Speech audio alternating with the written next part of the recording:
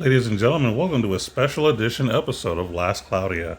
I was talking with a friend of mine earlier today, and we were discussing some things surrounding melee, and I thought, that would be a really good topic of discussion, so I figured, why not? Let's throw up a video. So in this video, we're going to be discussing characters that can pair well with melee on the same team. So there's going to be a few characters I'm going to mention for various reasons, and then, of course, if there's anyone that I forget or any point that might be interesting to know for other people, feel free to put it in the comments. Let's go ahead and get started. So starting with the most obvious, we're going to start with Logia. This is the first character that we ever received that had a ailment research package built into his kit. So he's going to have, let's go and take a look real quick. He's going to have in his package for free blind research, silence research, and curse research. So that's less SC you'll need to use to have add on any other character to provide you some assistance. Now the reason that it's okay to have a second statuser is because with melee, the more elements that are on an enemy, the higher your chances, or basically the higher chances of getting status elements faster on a character. Just note that Paranoia will only proc on the person that gives the element. So if Logia gives an enemy illness, he will get the Paranoia proc to get more SCT, but melee won't. So that's going to be the only downside to having two statusers, but honestly, that's not that big a deal. Like I said, melee gets boost based off of the number of status elements on the enemy with damage and damage cap. So you'll be all right. I would also recommend equipping Terramel 3 if you happen to have the UR that came with melee on all of these characters, because that's just free damage at that point. I mean, I guess it's 11 SC, but to me, I think it's worth it, just for the extra damage and damage cap for all the characters in the party.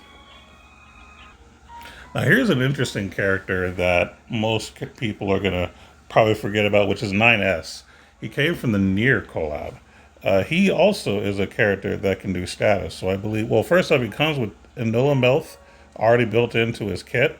And he also happens to have weak. So if you're worried about dealing with elemental resistance, weak is there. I don't necessarily think you need it, but hey, it's added bonus, it's more damage potentially. But it comes with blind research and curse research. So those are researches that you don't have to worry about equipping on other characters, which just save you some SC if you're trying to go like a full, research package. Pretty cool. Also, with characters like 9S who do not have dual wield, I will strongly recommend using dual wield. This is going to be a rare thing because I'm not really a fan of preaching that particular skill.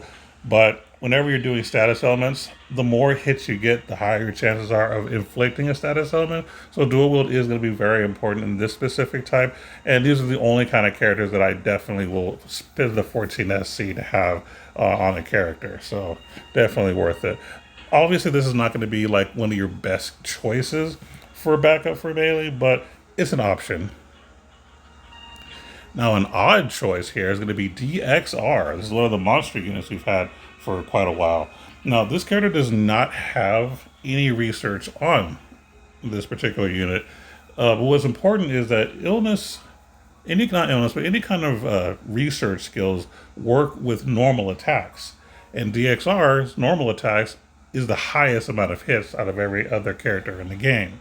So you could realistically build two or three researches on this particular character, and that's definitely add dual wield to it, and that's going to give you a large amount of potential procs for an element.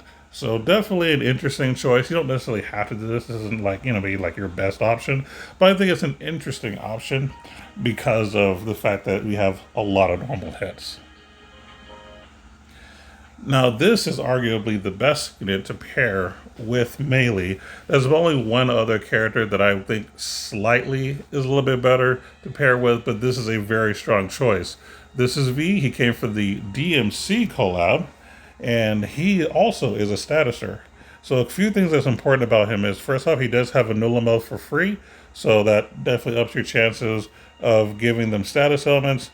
And then, of course, he comes with stun and illness research, which are researches that most characters don't have.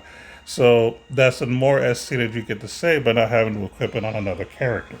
So, I think that that's really, really strong. There's two other things about this character that's super strong that'll help support melee hardcore. The second trait of V says Nightmare Manifestation. Battlestar give all enemies a cut status element resistance debuff. This means that you don't have to rely on casting a null enough at the start of battle. He basically has a similar type skill in his trait at the start of battle. So you could just start spamming skills or spamming attacks to with melee to just start throwing out ailments, and it's really, really strong. Like I said, this is arguably one of the best characters to use with melee specifically for that. And here's one other thing that not everybody's going to have, but V's paid weapon, V's cane, or aka the Pimp Cane. So this particular item says regular attacks have a chance to inflict poison, blind, silence, curse, illness, or stun. So this basically has an ecology research built into his weapon, which is super strong. So yeah, this is a very, very strong candidate as being one of the best characters to use with melee. If you're going for a statusing team, I think this is fantastic. There's only one character in the game that I think is slightly better for only one specific reason, and we'll go into that here shortly. But before we do, I want to go over one honorable mention. The honorable mention we're going to go over is Ragnan of Fire Eliza. Now, keep in mind that this character has nothing to do with status elements. The only reason I'm bringing up this character, well, two reasons. One, this is one of my favorite mages in the game. But two, there are some people that I've noticed that are concerned about element resistances. So because melee stuck with two swords, and being of the light element, you can't take advantage of Trishula. Now, personally, I don't think Trishula is necessary, especially nowadays. We have so many ways to cut element resistance that Trishula is just unnecessary. Now, there are some characters that can equip machines that maybe, could use a little bit of help, but for the most part, you'll be fine without Trishula. So, but if you are worried about, attribute resistance, what I would recommend is Eliza because of her anima. So, her anima says fire and light resistance minus 20 to all enemies. And so, you're starting off the battle with her casting the anima, and that lowers her light resistance. And don't forget that melee is a light DPS. Now, when you look at her, it looks like she should be dark, and it's easy to make that mistake to think that she's dark, but she is light. So Eliza does enable melee to potentially deal more damage, especially if you're looking for a mage to be in your party. But believe it or not, there is one specific character that's also a mage that is going to be a lot better, and I'm going to show you right now.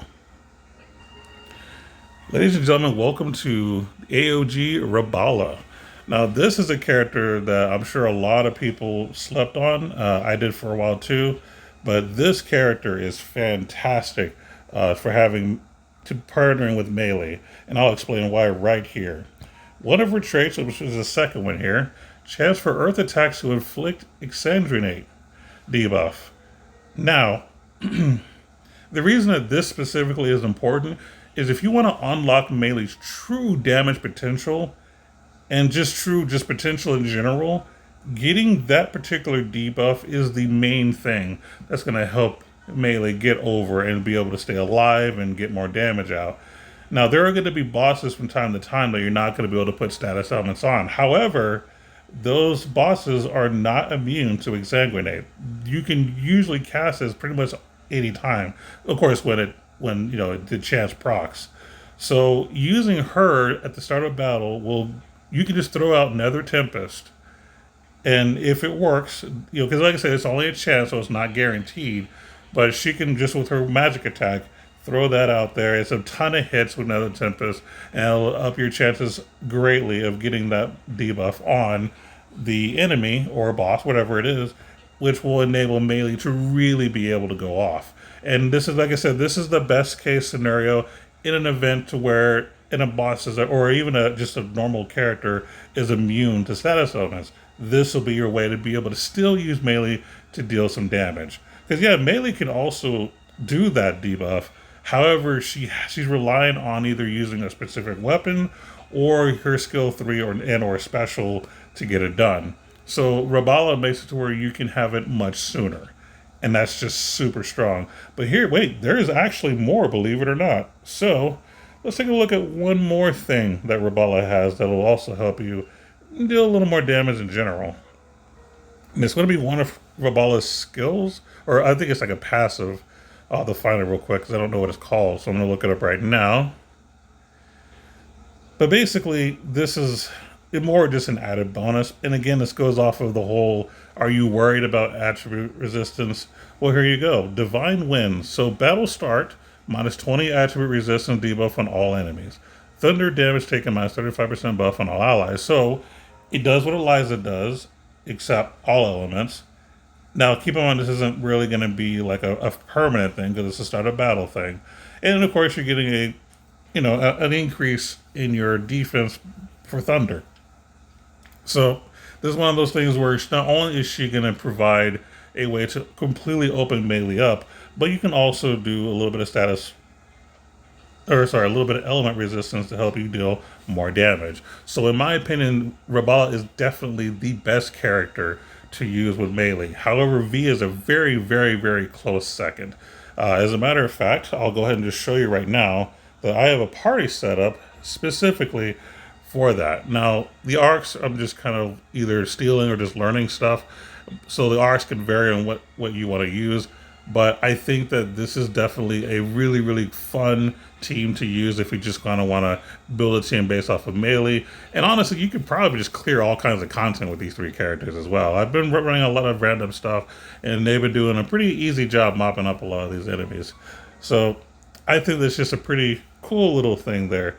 And this is probably going to be my fun team for a good while, especially with some of my favorite characters on here. And again, somebody's going to be replaced with other characters you might not have. So if you don't have V, for example, you can have 9S, you can have Logia, you know what I mean? So, I mean, there are swaps that can be made. Oh, and by the way, if you are going to be using Eliza in your build, you might want to turn off Melee's anima. Melee's anima is not super great, to be honest, and you'd rather have Eliza so you can get that, element resistance down. But again, if you have Rabala, this is going to be a much better option to unlock a lot of Melee's potential. So just kind of want to throw that out there. Now, of course, Rabala doesn't do any kind of illnesses, and it doesn't matter. She doesn't need to. Like I said, throw out V to get the automatic, Anula Melt, if you will. And then him being able to status, along with just having melee in general, you're set. And it's just going to be a lot of fun. But yeah, that's going to be pretty much all for this topical discussion. I hope this was I hope that this was informative for some of you. And again, if I forgot something, feel free to put it in the comments. But yeah, I thought this would be fun. Until next time, be kind and grind. Later.